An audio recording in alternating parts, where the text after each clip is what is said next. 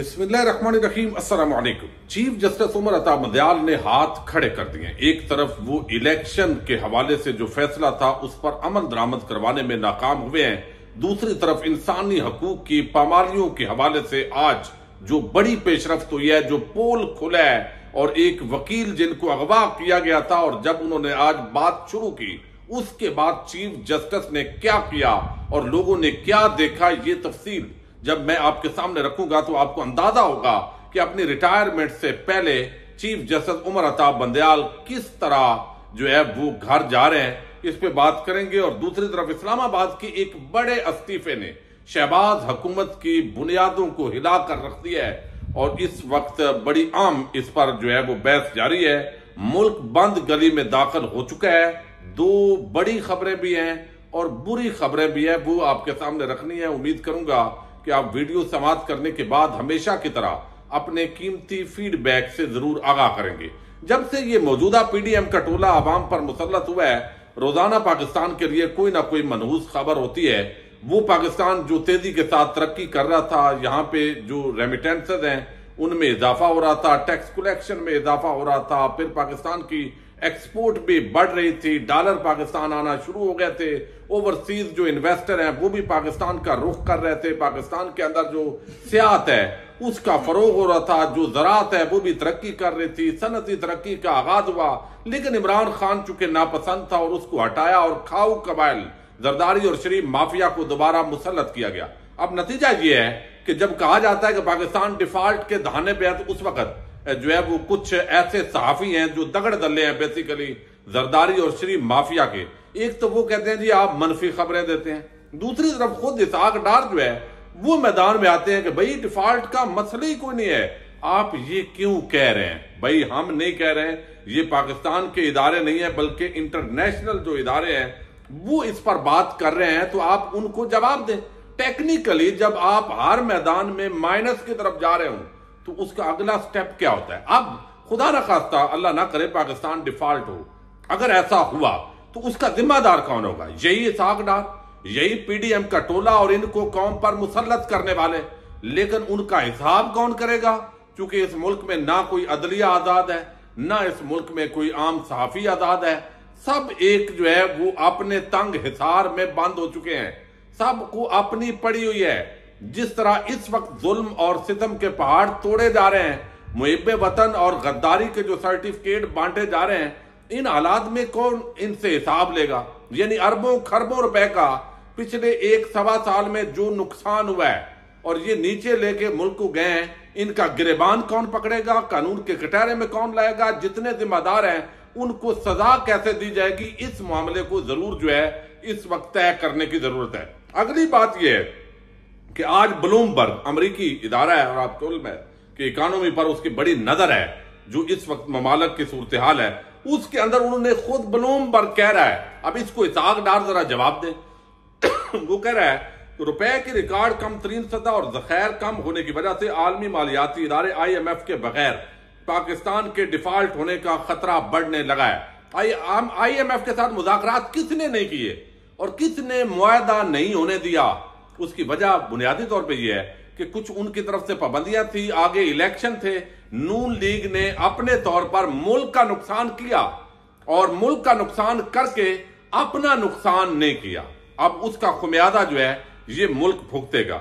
फिर वो कहते हैं पाकिस्तान IMF के साथ अपने $6.7 बिलियन के बेल आउट प्रोग्राम को दोबारा शुरू करने में नाकामी के बढ़ते हुए खतरे में है। इस सूरत हाल को मद्देनजर रखते हुए पाकिस्तान डिफॉल्ट के करीब पहुंच गया है। ये कह रहा है जी ब्लूमबर्ग। हमारी बात आप कहेंगे कि ये मायूसी है, लेकिन अब एक तो ये सूरत हाल है, दूसरी तरफ आप देखिए कि जिस तरह टोयोटा, सुजुकी और बैनुल-अक़वामी जो कंपनीज है, मल्टीनेशनल कंपनीज, वो पाकिस्तान को छोड़ के जा रहे हैं। अब ये दूसरी खबर आई है कि शेल ने, पाकिस्तान जो शेल कंपनी है, पाकिस्तान में कारोबार खत्म करने का ऐलान कर दिया है। यानी ऐलान इब्तदा कह लें आप, यानी उन्होंने कहा है कि ईंधन के शोबे में काम करने वाली मल्टीनेशनल इदारे शेल ने पाकिस्तान में अपने शेयर फरोख्त करने का ऐलान किया है। शेल पाकिस्तान की जानब से बुध को बताया गया कि उनके मालिक इदारे ने पाकिस्तान में अपने शेयर फरोख्त करने का इरादा जाहिर किया है।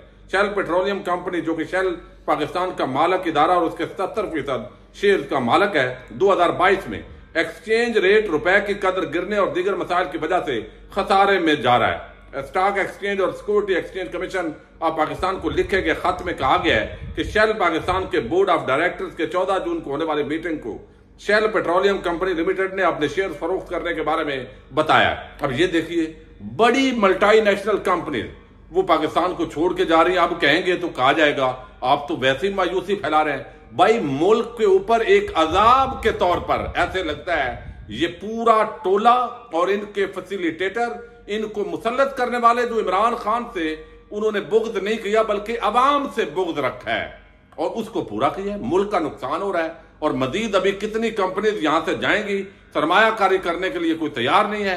$1,000 वो अपने तौर पे फख्र के साथ बात कर रहा है। चूंकि इन तमाम खानदानों के असासे बाहर हैं, इमरान खान की ये बात दुरुस्त है, इन्होंने भाग जाना है। इनके बेटे अभी भी बैरून मुल्क कारोबार कर रहे हैं। इनकी बेनामी कंपनीज वो अभी भी गवर्नमेंट के ठेकों से पैसे खाएंगी, बैरून मुल्क मुंतकिल करेंगी, लेकिन इनको बार बार इक्तदार पे मुसल्लत करना और इनको डील देने वाले वो कौन है, क्या कभी उनका भी हिसाब होगा? ये बात इंतहाई आम है। दूसरी तरफ chief justice of Pakistan justice Umar Ata Bandial जो है वो आज आप देखिए, एक तो इलेक्शन का फैसला किया, अमल दरामद नहीं हुआ। अब अगर इलेक्शन के हवाले से फैसला दे भी दें कि भाई फौरी अमल करो तो इन्हें अदालत की कार्रवाई होने वाली है। एक तो अभी आगे अदालती छुट्टियां आ रही हैं, उस पर अमल दरामद ही नहीं हो रहा, पहले ही ताखीर कर दी गई है। तो चीफ जस्टिस उमर अता बंदयाल और दीगर जजेस वो ब्लैकमेल हुए हैं, प्रेशराइज हुए हैं, या उन्होंने कहा है कि हम जो है अच्छे ताल्लुकात करके जाएंगे, अगले चीफ जस्टिस कादी फायद ईसा होंगे, इसलिए उनके साथ थोड़ी सी बना के जाएं और हुकूमत को भी इतना नाराज ना करें। और वो रोज गालियां भी खाते हैं और फिर जैसे पांव पड़ता है बंदा। अब ये हालात हो गए हैं कि कौम के साथ प्रैंक किया है मुअज़्ज़ज़ चीफ जस्टिस और इन जजेस ने, और वो ये कि किसी फैसले पर अमल दरामद नहीं करवा सके। और दूसरा आप देखिए कि एक जज हैं वो काजी फायद ईसा के खिलाफ उन्होंने तौहीन अदालत की दरखास्त दायर की, उनको अगवा कर लिया गया और 2 दिन पहले उनको छोड़ा गया और आज वो सुप्रीम कोर्ट ऑफ पाकिस्तान में पहुंचे हैं और चीफ जस्टिस उमर अता बंदयाल के सामने और दीगर जो जजेस हैं जो समाअत कर रहे थे केस की, जो रिव्यू जजमेंट केस है उसके अंदर वो उसको बोलने ही नहीं दिया। कहा है बाद में आप अलहदा बताएं, आप अंदाजा करें कि एक चीफ जस्टिस अगवाशुदा बंदा उसके सामने आके खड़ा है, बजाय इसके कि वो बात करे। कहा गया कि आपका जाती मामला है। अब खबर यह है जी कि नजरसानी जो आज कानून है उसके खिलाफ दरखास्तों पर समाअत के दौरान एडवोकेट हनीफ राय रोस्टम पर आ गए और बोले मुझे सुप्रीम कोर्ट से वापसी पर 6 जून को अगवा करके दरखास्त वापस लेने के लिए दबाव डाला गया। एक दरखास्त पढ़ने की जसारत करना चाहता हूं। चीफ जस्टिस कहते हैं रियाद अनिफसाई को कि मजीद बात करने से रोकता हूं, इसको अभी ना पढ़े, हम बाद में खुद पढ़ लेंगे। जिस पर रियाद अनिफराई बोले कि भाई मुझ पर इस्लामाबाद छोड़कर जाने के लिए जोर डाला गया, मैं हकायक सामने लाना चाहता हूं। चीफ जस्टिस एक वकील अगवा हुआ, सुप्रीम कोर्ट से वापस जाता हुआ, सुप्रीम कोर्ट का वकील उसकी बात नहीं सुनी।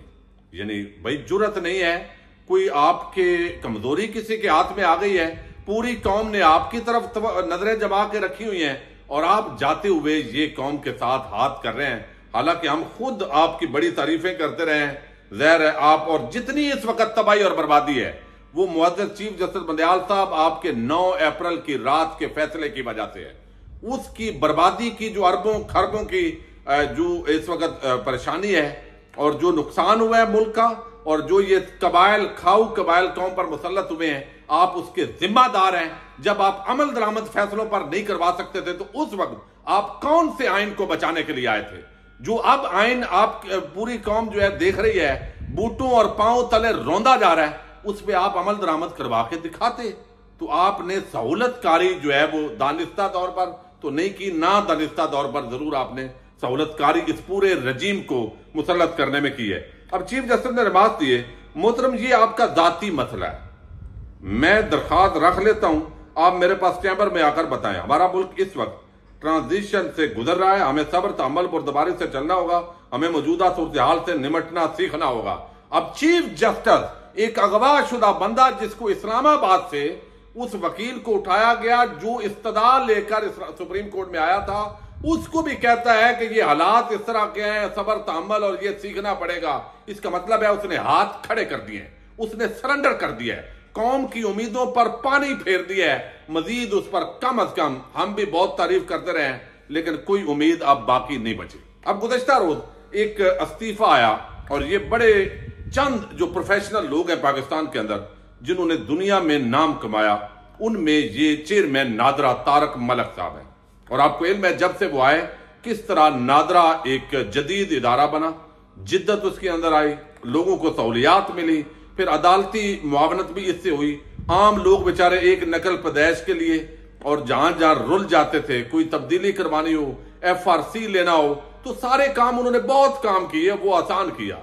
अब उसके अंदर आप देखिए ये शख्स, हालांकि ये प्रोफेसर फतेह मलिक साहब का जो खानदान है और प्रोफेसर तैर नईम मलिक साहब जो इनके भाई हैं, सब एक बड़े क्रेडिबल शख्सियात हैं और बड़ा हम उनसे सीखते भी हैं, ज़ाहिर है जब मुलाकात होती है।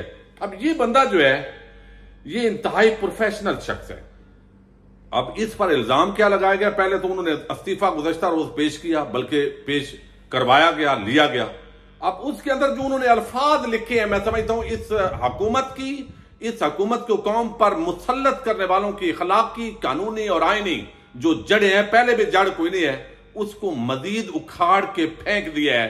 ये हमारे जो तारक मलिक साहब का इस्तीफा है, उसके अंदर उन्होंने कहा कि मुझसे जिन समझौतों की तवक्को की जा रही है मेरी इकदार से ज्यादा आम नहीं है। फिर उन्होंने कहा खुदारा इदारे तो आप बर्बाद करते ही हैं, लेकिन नादरा किसी सियासी बंदे की अपॉइंटमेंट, और आप अगर इसको सियासत का अखाड़ा बनाएंगे तो ये इसका मुतहम्मल नहीं हो सकता। बड़ी मुश्किल से इस इदारे को हमने खून पसीना दिया है, आबियारी की है, मेरिट लेके आए और आप इसको बर्बाद मत कीजिएगा। चूंकि उनको अंदेशा है कि वो जो काम उनसे लेना चाहते थे वो काम उन्होंने नहीं किया, तो लिहाजा अब जो है वो कहते हैं कि किसी हादर सरदस या रिटायर्ड को मेरी जगह लगाने की बजाय किसी प्रोफेशनल को तैनात किया जाए। नादरा किसी सियासी तजर्बे का मुतहम्मल नहीं हो सकता। जिस बंदे ने दिन रात जो है वो कोशिश मेहनत की होती है, एक इमारत की जो बिल्डिंग है उसको बनाने के अंदर और मेहनत करने के बाद उसको अंदेशा तो होता है कि जब आएंगे तो ये कबाइल तो जहां भी गए हैं, जितने भी ये खाऊ कबाइल हैं, इन्होंने बर्बादी की है। तो खुदारा बड़ी मुश्किल से हम इसको प्रोफेशनल इदारा बनाने में कामयाब हुए हैं और ये बर्बादी मत कीजिएगा। अब इल्जाम मुख्तलिफ लगाए जा रहे हैं हुकूमती सहाफियों की तरफ से। एक इल्जाम ये है, चूंकि जो मौजूदा साबिक आर्मी चीफ है जनरल बाजवा साहब, उनकी फैमिली का डाटा लीक हुआ, हालांकि वो FBR से हुआ, लेकिन मौजूदा जो चीफ ऑफ आर्मी स्टाफ है जनरल आसम मुनीर, उनकी फैमिली का डाटा लीक हुआ है। लिहाजा ये चूंकि चेयरमैन नादरा थे, हालांकि वो तकरीबन प्रूव हो गया है कि निचले लेवल पे जो है वो काम था। अब इशारा ये है चीफ जो जस्ट उस वक्त थे जनरल फैज हमीद, उनकी सिफारिश पर ये लगे थे, तो उनकी तरफ भी ताने बाने जा रहे हैं। ये एक हुकूमती सहाफी एजाज सैयद इस पर बात कर रहे हैं, कुछ और लोग उन्हीं को कोट करके बात कर रहे हैं। एक ये कि उन्होंने जी कोई करप्शन की है, इस वजह से किया है। एक जो है वो ये है कि उनका ताल्लुक पीपल्स पार्टी से है, तो इस वजह से नून लीग अब चाहती है कि पंजाब के अंदर कोई रुकावट ना हो और वो रुकावट डाल रहे हैं। भाई सादा सी बात है, पहले भी नून लीग का दौरे हुकूमत था, जब 4 हलके खोलने की बात आई थी तो उस वक्त भी इनको निकाला गया था। चौधरी निसार वजीर दाखिला थे, सिर्फ ये थे कि जाली ठप्पे लगाए गए थे और इन्होंने तो प्रोफेशनल ड्यूटी कहा था हम पूरी करेंगे, लेकिन इनको मेरिट पे चलने वाला आदमी था, आपने हटाया, अगला बंदा लेके आए, इसके बावजूद आप हकायक नहीं छुपा सके। अब फिर नून लीग शायद ये एक क्लियर बात नजर आ रही है इस पूरे मामले के अंदर कि इनको कुछ इस तरह के काम कहे जा रहे थे जो इन्होंने नहीं किए, जिसका ताल्लुक अगले इलेक्शन की धांधली से है, कोई 2 नंबरी के साथ है। और नून लीग हुकूमत में हो और 2 नंबरी ना हो, ये बात मानने वाली नहीं है। इन्होंने इनकार कर दिया अपने इदारे को इस्तेमाल करवाने से, तो अब इनको मजबूर कर दिया गया कि इनको हटाया जाए। और ये सारे इधर उधर की बातें हो रही है। मैंने खानदानी आम सोर्स से बात की है और बताया गया कि ये जो इल्जामात हैं, ये तो इंतहाई भौंडे इल्जामात हैं। जिस शख्स को अक़वाम मुत्तहिदा के अंदर जो है वो डॉलर मिल रहे हों और वो पाकिस्तान की खिदमत के लिए हो, तो आप अंदाजा करें इस तरह के लोगों के साथ क्या किया जाता है। डॉक्टर रिजवान प्रोफेशनल, उसने जो है इन्वेस्टिगेशन की, उसका नतीजा हमने देखा। बाकी जो लोग हैं वो भी खड्डे लाइन लगाए गए। चेयरमैन नैब साबिक इन्हीं का था, इसके बावजूद उसने इनकार किया, उसको भी इस्तीफा देना पड़ा। और अब ये चेयरमैन नादरा, इसने तो जो उन्होंने अल्फाज लिखे वो पूरी कहानी बयान कर गए हैं और वजीर आजम के मुशीर इस वक्त के जो हैं वो उनकी तारीफ कर रहे हैं। तो बहरहाल पीपल्स पार्टी से किसी खानदान का झुकाव हो सकता है, लेकिन मेरिट से हटकर कोई काम करने का इल्जाम तारक मलिक साहब पर नहीं लगा सके। इसका मतलब है बंदा प्रोफेशनल था, अगले इलेक्शन के अंदर धांधली या जो 2 नंबरी के प्लान थे या कुछ इन्होंने बोलने की कोशिश की, उस पर अमल दरामद उसने नहीं किया। यही प्रोफेशनल आदमी की ड्यूटी है। लेकिन जाते हुए जो 2-3 जुमले इस्तीफे में उन्होंने लिखे हैं, वो इस पूरे निजाम के मुंह पर एक जनाटेदार थप्पड़ है और हमारी कौम की उस शऊर का जो लेवल है उसका भी बहुत बड़ा इम्तिहान है कि प्रोफेशनल्स किस तरह हम यहां से जाया करते हैं। लोग वही बैरून मुल्क जाते हैं, उनको सैलरी भी अच्छी मिलती है, और जो पाकिस्तान में आके मुल्क की खिदमत करता है उसको किस तरह जलील किया जाता है। इजाजत दीजिएगा, अल्लाह हाफ़िज़।